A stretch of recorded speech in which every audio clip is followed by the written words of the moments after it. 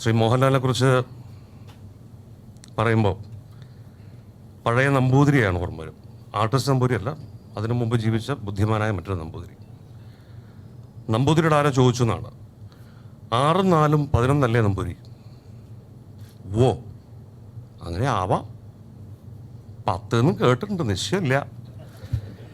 ഈ നയതന്ത്രജ്ഞതയാണ് മോഹൻലാൽ കഴിഞ്ഞ 10-30 വർഷമായിട്ട് തൻ്റെ വർക്കിംഗ് സ്പേസിൽ നടത്തിക്കൊണ്ടിരുന്നത്.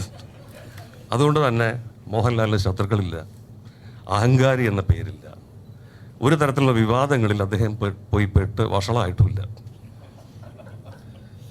ആ നയതന്ത്രജ്ഞത മോഹൻലാലിൽ നിന്ന് അനുകരിച്ച് പലരും ശ്രമം നടത്തുന്നുണ്ട്. പക്ഷെ ഇത് ജാത്യം ലഭിക്കണം. ഞാൻ ദിനപത്രങ്ങൾ വായിക്കാറില്ല എന്ന് അഭിമാനപൂർവ്വം പറഞ്ഞൊരു യുവ നടനെ എനിക്ക് പരിചയമുണ്ട്, മലയാള സിനിമയിലുള്ള. അപ്പോൾ ഈ നയതന്ത്രജ്ഞത അല്ലെങ്കിൽ അഭിനയം എന്ന എൻ്റെ തൊഴിൽ, എൻ്റെ ജീവിതം, അല്ലെങ്കിൽ എനിക്ക് ഏറ്റവും പ്രിയപ്പെട്ട അല്ലെങ്കിൽ താൻ ഏറെ പ്രണയിക്കുന്ന കാര്യത്തിന് അപ്പുറത്തുള്ള ലോകത്ത് എന്ത് നടന്നാലും അതെന്നെ ബാധിക്കുന്ന കാര്യമല്ല എന്ന് ചിന്തിച്ചിരുന്നൊരു കാലവും മോഹൻലാൽ ഉണ്ടായിരുന്നു എനിക്ക് തോന്നുന്നു. അതിനിടയിൽ സ്വകാര്യമായ സദസ്സുകളിൽ മാത്രമാണ് സത്യേട്ടൻ പറഞ്ഞതുപോലെ തൻ്റെ കുസൃതിയുടെ അക്ഷരങ്ങൾ എഴുതുകയും കാര്യങ്ങൾ ഏറ്റവും സ്വകാര്യമായ സദസ്സിൽ മാത്രം സംസാരിക്കുമ്പോഴേ നമുക്ക് ഈ മനുഷ്യൻ പുറം ലോകത്ത് നടക്കുന്നതും അല്ലെങ്കിൽ തൻ്റെ ജീവിത പരിസരങ്ങളെ ശരിക്കും നിരീക്ഷിക്കുന്നുണ്ട് എന്ന് വ്യക്തമാവും വിധം സംസാരിക്കുന്ന ലാലിനെ ഞാൻ എത്രയോ തവണ കണ്ടിട്ടുണ്ട്, ഞാൻ സാക്ഷിയായിട്ടുണ്ട്.